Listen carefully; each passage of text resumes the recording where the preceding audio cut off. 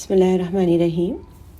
آیت نمبر 125 126 سورہ الانعام، ان کو ہم تھوڑا مزید اس کی وضاحت اور کر لیتے ہیں کہ ہدایت دو طرح کی ہوتی ہے، ایک ہوتی ہے ہدایت ارشاد اور ایک ہوتی ہے ہدایت توفیقی۔ ہدایت ارشاد وہ تعلیم کی شکل میں ہے جو کائنات کی نشانیوں کی شکل میں ہوتی ہے۔ کائنات جو ہمارے سامنے اللہ کی آفاق، اللہ کی نشانیاں موجود ہیں، کائنات تمام نشانیاں یہ موجود ہیں، ہے نا، یہ سب انسانوں کے لیے برابر ہے، لیکن بہت سے لوگ اس کی ہدایت کو دیکھنے کے باوجود، پڑھنے کے باوجود، سننے کے باوجود، جاننے کے باوجود بھی اس پر عمل نہیں کرتے، کیونکہ انہیں توفیق ہی نہیں ہوتی۔ تو جس کو یہ توفیق مل جاتی ہے تو وہ توفیق دراصل کیا کرتی ہے، اس کے سینے میں وسعت پیدا کرتی ہے۔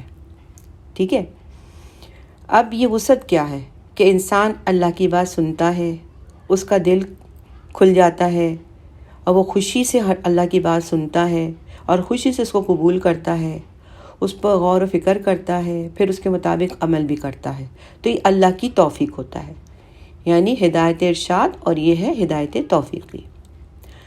تو جس کے ساتھ اللہ بھلائی کا ارادہ کرتا ہے اس کو دین کی سمجھ دے دیتا ہے، اور جسے گمراہ کرنا چاہتا ہے اس کے سینے میں اتنی گٹھن پیدا کر دیتا ہے جیسے وہ مشکل سے بلندی پر چڑھ رہا ہو۔ جب انسان بلندی کی طرف بڑھ جاتا ہے تو آکسیجن نہیں ہوتی، سانس گھٹنے لگتا ہے۔ یہ قرآن کا معجزہ ہے کہ 1400 سال پہلے ایسی بات بتا دی گئی کہ اوپر جانے سے سینہ گھٹے گا اور سانس نہیں آئے گی۔ دوسرا معنی یہ بھی کیا گیا ہے کہ جیسے کوئی اڑنے کی کوشش کر رہا ہو، جو کہ بڑا مشکل کام ہے۔ انسان کے بازو جو ہیں وہ کاموں کے لیے بنائے گئے ہیں، مگر پرندوں کے جو پر ہیں وہ اڑنے کے لیے بنائے گئے ہیں، تو انہیں مشکل نہیں ہوتی، لیکن یہ کام ہمارے لیے تو بہت مشکل ہے۔ یعنی ایسے شخص کے لیے پھر ہدایت پر آنا، اس پر چلنا اتنا مشکل ہوتا ہے جیسے چلنے کی بجائے اڑنا مشکل ہوتا ہے، یا اوپر چڑھنا مشکل ہوتا ہے، یا پہاڑ سر کرنا مشکل ہوتا ہے۔ یعنی اس کو دین کی بات اچھی نہیں لگتی، اس کو اختیار کرنا اچھا نہیں لگتا، اس پر اس کا عمل کرنا اچھا نہیں لگتا، اور وہ بہت مشکل لگتا ہے۔ دین کی طرف آنا، نماز کی طرف آنا، دین کی مجلسوں میں آنا، دیندار لوگوں کے پاس بیٹھنا، خیر اور بھلائی کی بات سننا اس کے لیے بڑا ہی بوجھل ہو جاتا ہے۔ اس کا دل اس سے گھٹنے لگتا ہے اور وہ اس کی طرف نہیں آنا چاہتا۔ تو یہ بڑی خطرناک علامت ہوتی ہے کہ انسان دین کی مجلس کی طرف آنا ہی نہ چاہے، اور آئے بھی تو دل گھٹا رہے، کچھ اندر نہ جائے، بس کچھ قرآن سنے اور وہ اندر جانے کے بجائے باہر ہی الٹ دے۔ تو اللہ تعالیٰ سے ہمیں کثرت سے دعا کرنی چاہیے جو حضرت موسیٰ علیہ السلام نے مانگی تھی سینے کی وسعت کے لیے، اور مانگی تاکہ یہ ساری باتیں اندر آ جائیں، جذب ہو جائیں، اور انسان کے اندر عمل کی صلاحیت پیدا ہو۔ سورہ طٰہٰ 25 سے 28 تک۔ رب اشرح لی صدری ویسر لی امری واحلل عقدۃ من لسانی یفقہوا قولی۔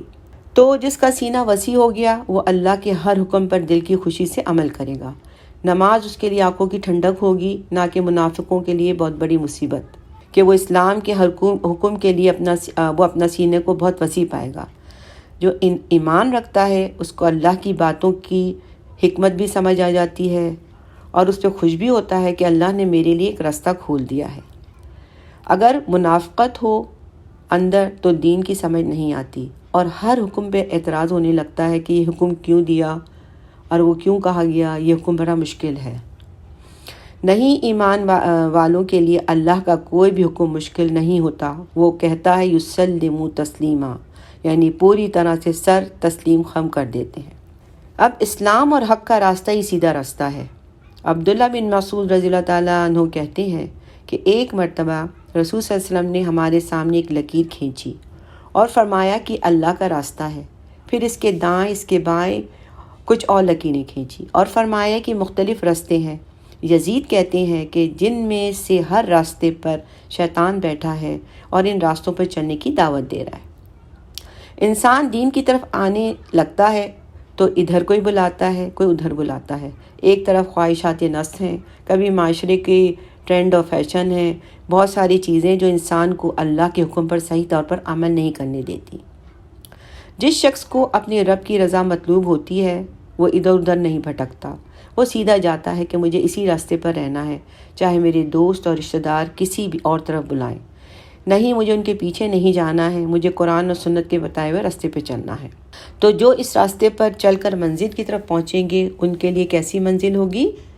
لہم دار السلام عند ربہم وہو ولیہم بما کانوا یعملون، یعنی ان کے لیے دار السلام ہوگا۔ یاد رکھیے، دار السلام، جنت دار السلام ہے، جہاں پر انسان داخل ہوگا تو کسی قسم کی کوئی آزمائش، کوئی رنج، کوئی غم، کوئی مصیبت نہ ہوگی۔ اہل جنت کو آواز دینے والا آواز دے گا کہ اے جنت والو، بے شک تمہارے لیے طے ہو گیا ہے کہ تم صحت مند رہو، کبھی بیمار نہیں ہوگے۔ یاد رکھیے، جان ہے تو جہان ہے، ساری نعمتیں صحت کے ساتھ ہوتی ہیں۔ انسان بیمار ہو جاتا ہے تو کچھ کھانا بھی اچھا نہیں لگتا، کسی سے بات کرنا اچھا نہیں لگتا، ساری نعمتیں اچھا کہ اپنی اولاد اور مال سب کچھ اس کے لیے ثانوی یعنی دوسری چیز ہو جاتی ہے۔ جو مرض کی شدت بڑھتی جاتی ہے تو دنیا سے انسان کا دل بیزار ہوتا ہے، اس کو پرواہ نہیں ہوتی کہ سب چیزیں کہاں جا رہی ہیں، اس کو اپنی جان کی پڑ جاتی ہے۔ تو جنت میں سب سے پہلی نعمت جس کی خوشخبری دی گئی ہے کہ تم ہمیشہ صحت مند رہو گے، کوئی بیماری تمہارے پاس نہیں پھٹکے گی، اور بے شک تم زندہ رہو گے، کبھی مرو گے نہیں۔ دنیا میں انسان کتنا بھی صحت مند ہو، موت کا خوف نہیں جاتا، اور جائے بھی کیسے، کیونکہ موت تو آنی ہی ہے۔ اور تم تو جوان رہو گے، کبھی بوڑھے نہیں ہوگے۔ جوانی کے جانے کا بھی بڑا خوف رہتا ہے کہ کبھی بھی ہم بوڑھے کو دیکھتے ہیں تو پریشان ہو جاتے ہیں کہ کہیں میرا حال ایسا نہ ہو، میرا جینا ایسا نہ ہو، اگر میں زندہ رہا تو میں ایسا نہ بن جاؤں۔ اسی لیے ان چیزوں کو دنیا میں انسان نظر انداز نہیں کر سکتا، کیونکہ جنت میں وہ ان چیزوں سے خالی ہوگا۔ فرمایا تم آرام سے رہو گے، کبھی تکلیف نہیں پاؤ گے۔ یہ جنت ہے جس میں آرام ہی آرام ہوگا، اس لیے دنیا میں آرام تلاش نہ کیا کریں۔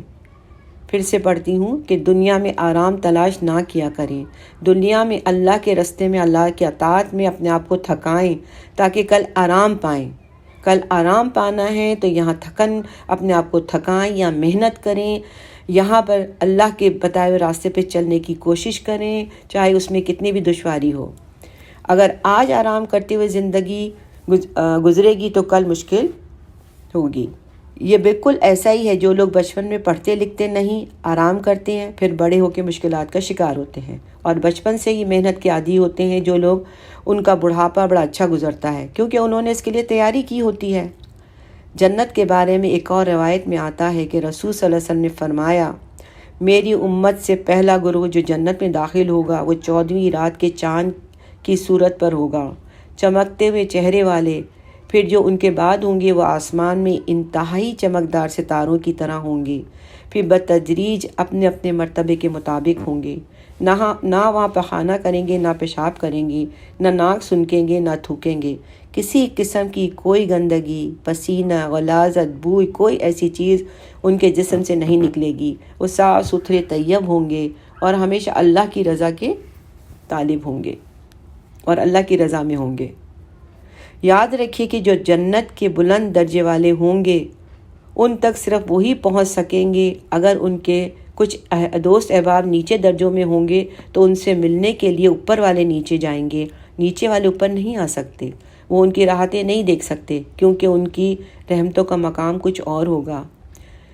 تو اس لیے صرف جنت نہیں، جنت کے اعلیٰ ترین درجات جنت الفردوس کو مانگا کریں، کیونکہ وہ نعمتیں وہیں دکھیں گی جو اس کا حقدار ہے، باقی لوگ وہاں نہیں جا سکیں گے۔